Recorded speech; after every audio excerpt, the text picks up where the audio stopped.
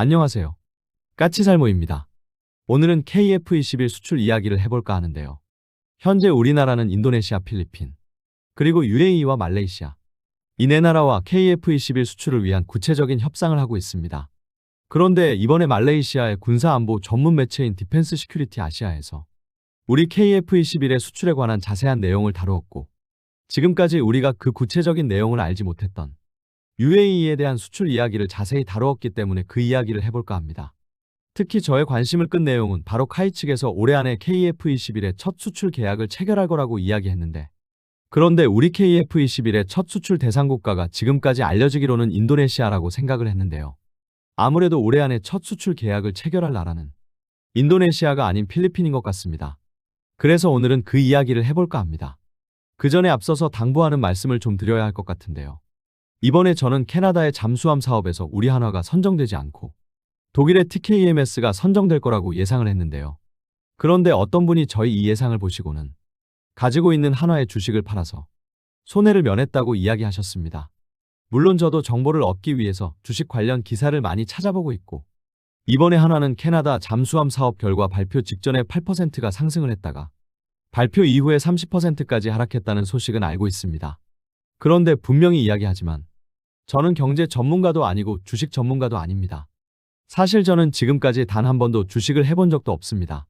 단지 저는 밀리터리 매니아일 뿐입니다. 다만 이 취미를 30년 이상 해오다 보니 같은 관심사를 가진 사람들과 대화를 하고 싶어서 이런 영상을 만들고 있을 뿐입니다. 그렇기에 제가 이야기하는 것을 주식 투자 정보로 삼지는 말아주세요. 저는 절대로 제가 전한 소식이 틀려서 여러분이 손해를 본다고 해서 책임을 질 수 없습니다. 그러니 참조는 하실 수 있겠지만 제 정보만을 듣고 주식 투자를 하는 건 삼가해 주세요.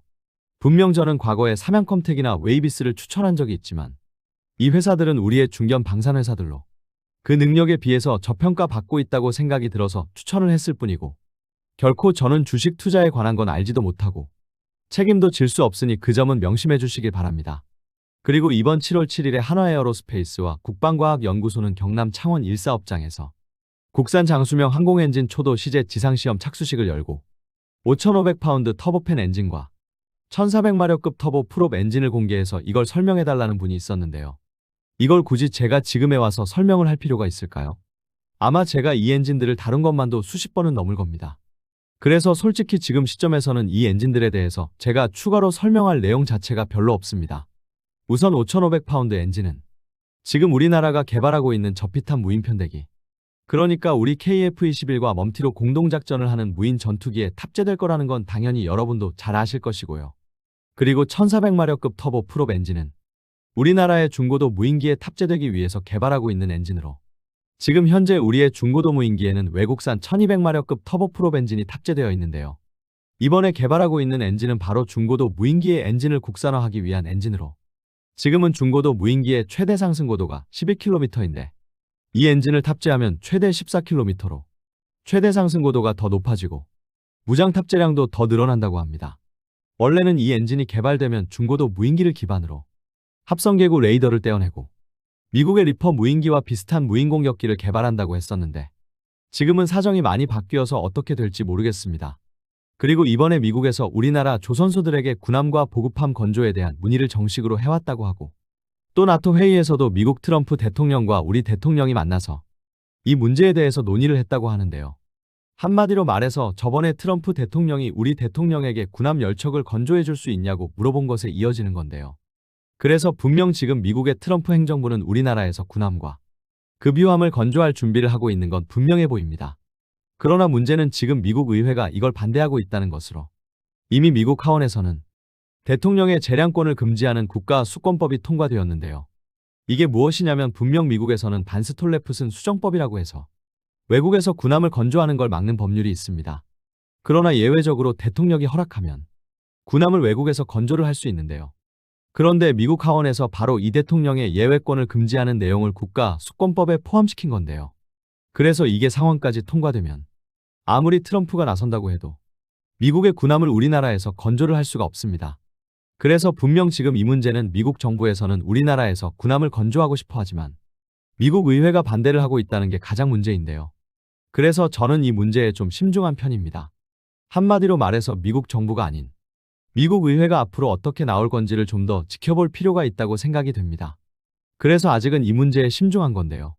그리고 아마 당연히 당장은 미국 정부에서 우리나라에서 군함을 건조하라고 하겠지만 장기적으로는 미국 현지에 조선소를 설립하거나 인수하고 미국 현지에서 군함을 건조해 줄 것을 요구할 것입니다. 물론 아무리 우리가 미국 현지에 조선소를 만든다고 해도 미 해군이 원하는 수량의 군함을 미국 현지에서 전부 건조하는 건 여전히 무리일 것이고, 그래서 아마 미국 해군이 원하는 정도의 수량을 건조하려면 여전히 일부는 미국에서 건조를 해도 일부는 우리나라에서 건조를 해야 할 것입니다. 그런데 역시 핵심은 이 문제를 미국 의회에서 반대를 하고 있다는 점이고, 그래서 이 문제의 쟁점은 미국 정부가 아닌 미국 의회가 어떻게 나올 것인가가 핵심이지 않나 합니다. 그럼 이런 이야기는 여기까지 하고 다시 우리 KF-21 수출 이야기를 해볼까 하는데요. 지금 현재 우리나라는 KF-21을 판매하기 위해서 네 나라와 협상을 하고 있는데요. 그 나라들은 인도네시아와 필리핀, 그리고 UAE와 말레이시아인데요. 우리나라는 여기에 폴란드를 포함해서 5개 나라와 협상하고 있는 전투기의 수량은 대략 200대로. 그래서 우리나라가 이 나라들에게 모두 전투기를 판매하는데 성공을 하게 되면 국내 수요 120대까지 해서 총 300대가 넘는 수요를 확보하게 됩니다. 여러분도 알겠지만 전투기가 개발되고 생산되어서 원활한 부품 수요를 확보하고 업그레이드를 하기 위해서는 최소 300대의 수요가 있어야 하는데요. 특히 우리나라에서 처음 개발한 전투기인 FA-50은 그 기본 모델인 T-50이 2005년에 첫 실전 배치되고 국내 수요와 수출 수요를 모두 합쳐서 총 수요를 300대를 돌파한 건 몇 년이 되지 않았습니다. 한마디로 말해서 FA-50은 300대의 수요를 충족하는데 10년 이상 걸린 것입니다. 그런데 우리 KF-21은 아직 첫 수출도 되지 않았고 이제 막 양산을 시작했지만 벌써 총 수요가 300대에 달한다고 하는 건데요. 그래서 어떻게 이게 수출 수요가 200여 대에 달한다는 건지 하나씩 살펴보면은요. 우선 가장 먼저 살펴봐야 할 건 역시 인도네시아입니다. 물론 여러분은 인도네시아를 싫어하지만 KF-21 수출 이야기를 하면서 인도네시아를 이야기하지 않을 수 없는데요. 우선 인도네시아는 최근에 마지막 분담금을 전부 납부했다고 하고요. 그리고 또 시제 5호기를 넘기기 위한 협상도 마무리되어서 조만간 시제 5호기를 인도네시아에 넘긴다고 하는데요. 특히 인도네시아는 분명 우리나라와 KF-21의 공동개발국으로, 그래서 당연히 KF-21을 인도네시아 현지에서 라이센스 생산할 생각이었습니다. 솔직히 처음에는 라이센스 생산 정도가 아니라 IF-21이라고 해서 인도네시아 독자 모델을 개발한다고 했었죠. 물론 분담금을 대폭 감액하면서 이전 받는 기술이 줄어들면서 독자 모델을 개발하는 건 불가능해졌지만 그래도 여전히 현지에서 라이센스 생산을 한다고 했었는데요. 여러분도 알겠지만 이번에 인도네시아는 라이센스 생산에서 우리 카이로부터 직도입으로 사업 방식을 변경했고, 그 이유는 인도네시아 내 전투기 생산 라인을 구축하고 생산을 하게 되면 전투기를 도입하는데 시간이 오래 걸리기 때문에 빠른 공급을 위해서라고 하고요. 물론 제가 보기에는 인도네시아가 돈이 없어서 라이센스 생산을 포기했다고 생각을 합니다만, 우선은 우리 카이로부터 직접 공급받음으로써 빠른 공급과 그리고 안정적인 후속 지원을 원하기 때문이라고 이야기하고 있고요. 현재 인도네시아는 총 16대 KF-21을 구매한다고 하고 총 사업비는 3조 원이라고 합니다. 재미있는 점은 제가 얼마 전에 다른 매체의 소식을 통해서 필리핀은 20대를 구매하는데 총 3조 원이라고 이야기했는데요. 그런데 인도네시아는 16대를 구매하는데 3조 원이라고 나오고 있다는 점입니다. 그만큼 필리핀이 우리 KF-21을 아주 저렴하게 구매한 것으로 보입니다. 그리고 다음 이야기를 할 나라는 필리핀인데요.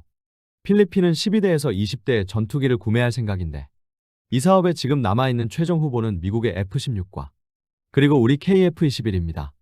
당연히 마지막까지 필리핀이 미국의 F-16을 고려하는 건 중국의 위협에 대응해서 미국의 필리핀의 안보의 상당 부분을 의존하고 있기 때문인데요. 그런데 문제는 F-16은 기체 가격은 분명 우리의 KF-21보다 저렴하지만 모든 걸 포함한 프로그램 코스트는 우리 KF-21보다 훨씬 비싸다는 게 문제인데요. 그래서 F-16의 기체 가격은 6,300만 달러로 대당 1천억도 하지 않지만 저번에 요르단에 판매한 가격을 기준으로는 프로그램 코스트는 2억 달러가 넘는다는 점입니다. 그래서 프로그램 코스트로 대당 3천억 원이 넘어서 프로그램 코스트로 대당 대략 1,600억 원으로 알려진 우리 KF-21의 2배 가격이라는 게 문제인데요. 그리고 더욱이 저는 미국이 무기를 판매할 때 어떤 금융 지원을 해주는지는 모르겠지만 우리나라는 기본적으로 차관 제공을 70%나 해주고 있고, 그래서 초기 투자 비용이 미국의 F-16에 비해서 훨씬 적게 든다는 점입니다. 실제로 이번에 필리핀도 전투기를 12대에서 20대를 구매한다고 했으나 국방력 강화를 위해서 KF-21은 20대를 구매한다고 하고 있는데요. 필리핀이 KF-21을 12대가 아닌 20대를 구매한다고 하는 이유는 우리가 금융 지원을 해주기 때문에 초기 비용이 적게 들기 때문에 가능한 것입니다. 아마 필리핀이 F-16을 구매한다면 12대를 구매하게 될 것입니다. 그리고 특히 지금 F-16의 주문이 적체되어서 필리핀이 지금 F-16을 주문한다고 해도 최소 5년에서 7년 후에 받을 수 있고, 그래서 잘해야 2031년 이후에나 기체를 수령할 수 있습니다. 그에 반해서 지금 필리핀이 우리 KF-21을 수령한다고 하는 시기는 2027년부터 2029년 사이입니다. 그래서 지금 이 공급 시기 때문에 필리핀이 수령하는 KF-21의 일부는 블록원이라는 이야기도 나오고 있습니다. 그리고 바로 이게 필리핀이 우리 KF-21의 첫 도입국이 될 거라는 이야기이기도 한데요. 지금 카이 측에서는 올해 안에 KF-21의 첫 수출 계약이 이루어질 거라고 하고 있고, 그 계약은 올해 4, 4분기에 이루어질 거라고 이야기되고 있는데요. 당연히 그 계약 당사자는 내년부터 전투기를 인도받고 싶어하는 필리핀입니다. 그래서 아직 전투기의 인도 시기가 결정되지 않은 인도네시아와 달리 필리핀은 내년부터 전투기를 인도받고 싶어하기 때문에 필리핀이 인도네시아를 제치고 우리 KF-21의 첫 구매 국가가 될 거라고 여겨집니다. 아마 인도네시아에 비해서 필리핀의 KF-21이 더 저렴한 이유도 일부 기체가 블록원으로 공급되기 때문이지 않나 짐작을 하고요. 한마디로 말해서 필리핀은 전투기의 인도 시기, 그리고 가격 때문에 F-16을 선택할 수가 없고, 그래서 사실상 우리 KF-21이 확정이라고 할 수 있고, 그 계약은 올해 4, 4분기에 이루어질 것이고, 공급은 바로 내년부터 이루어질 거라는 이야기입니다. 그럼 필리핀은 이러하고 말레이시아는 어떨까요? 말레이시아는 지금 2035년경에 퇴역하는 FA-18D형과 그리고 2040년경에 퇴역하는 수호이-30을 대체하기 위해서 신규 기체를 도입하는 사업을 하고 있는데요. 그래서 말레이시아는 인도네시아나 필리핀에 비해서는 좀 더 시간적 여유를 두고 사업을 진행 중이며, 아직 말레이시아가 몇 대의 전투기를 구매할 건지는 나와 있지 않지만 현지 전문가들에 따르면 말레이시아는 총 30대 정도의 전투기가 필요하다고 하고요. 이 사업에서 우리 KF-21과 경쟁을 하고 있는 건 러시아의 수호이-57인데요. 그런데 말레이시아가 수호이-57을 도입하는 게 가능하기는 할지 자체가 의문입니다. 물론 우크라이나 전쟁이 순조롭게 끝나고 미국이 러시아에 대한 무기 판매 금지 조치를 풀어준다면 도입하는 게 가능하겠지만 사실상 지금 당장은 구매하는 게 불가능하죠. 그리고 솔직히 말레이시아도 지금 수호이-30을 운영하고 있고, 그래서 러시아의 후속 군수 지원이 제대로 안 되고 있어서 제대로 전투기를 운용하지 못하고 있는 것으로 아는데, 다시 러시아 전투기를 구매할 것인가라고 했을 때 솔직히 말레이시아가 아직도 수호이 전투기를 고려하고 있다고 이야기하는 건 그냥 우리나라와의 협상 카드로 사용하기 위해서라고 보여지고요. 그래서 사실상 이 사업은 아직은 우리 KF-21이 거의 단일 후보라고 할 수 있고, 말레이시아가 전투기를 공급받고 싶어하는 시기는 2020년대 말이나 2030년대 초라고 하고요. 그래서 우선은 2030년 전에는 계약을 할 것 같기는 합니다. 아무튼 그래서 말레이시아는 지금 당장 계약을 할 건 아니라서 아직 구체적인 계약 시기와 그리고 도입 수량은 확정된 게 없고, 당연히 우리 KF-21을 얼마에 도입할 건지도 정해진 건 아니고요. 말레이시아 매체에 따르면 우리 KF-21은 5세대 기체에 비해서는 운영유지비가 저렴하고, 그리고 갈수록 통합방공망과 적의 전자전에 취약해지고 있는 기존 구형 4세대 전투기에 비해서는 훨씬 뛰어나다고 하고 있는데요.